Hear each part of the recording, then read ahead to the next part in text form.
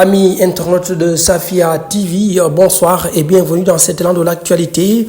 Encore une fois, n'oubliez pas de vous abonner et merci également de toucher la cloche de notification pour ne manquer aucune de nos vidéos. Dans cet élan de l'actualité, nous démarrons par la tension entre Ousmane Sonko et Barthélémy Diaz. Une tension qui ne cesse de s'accentuer, passant d'une relation fraternelle à une véritable opposition politique. Jadis, les deux hommes sont désormais en désaccord sur plusieurs sujets, ce qui alimente les débats sur la scène politique sénégalaise. Face à cette situation, Mame Matar Gueye de Jamra a décidé d'intervenir en proposant une médiation pour réconcilier les deux hommes. L'organisation envisage de leur rendre visite durant le mois de Ramadan, une période propice à la paix et au pardon, dans l'espoir d'apaiser les tensions et de restaurer le dialogue entre les deux hommes. Reste à voir si cette tentative de médiation portera ses fruits. Et puis, dans toujours cet élan de l'actualité, les choses se compliquent pour Farba Ngom.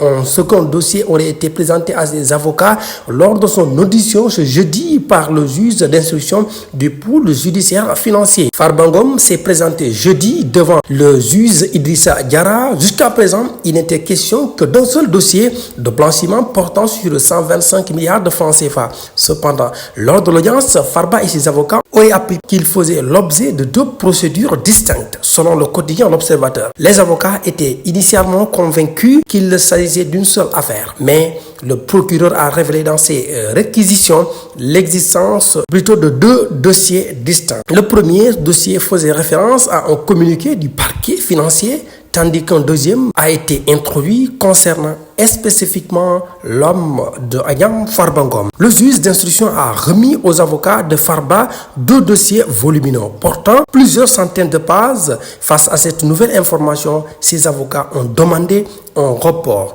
de l'audition de quelques jours afin de pouvoir formuler des contestations substantielles et éviter un éventuel mandat de dépôt à l'encontre de leurs clients. Voilà, madame, messieurs, ce qui était prévu dans cet élan de l'actualité de ce samedi. Merci de votre aimable attention. Encore une fois, merci de continuer à vous abonner et de toucher la cloche de notification pour ne manquer aucune de nos vidéos. Merci.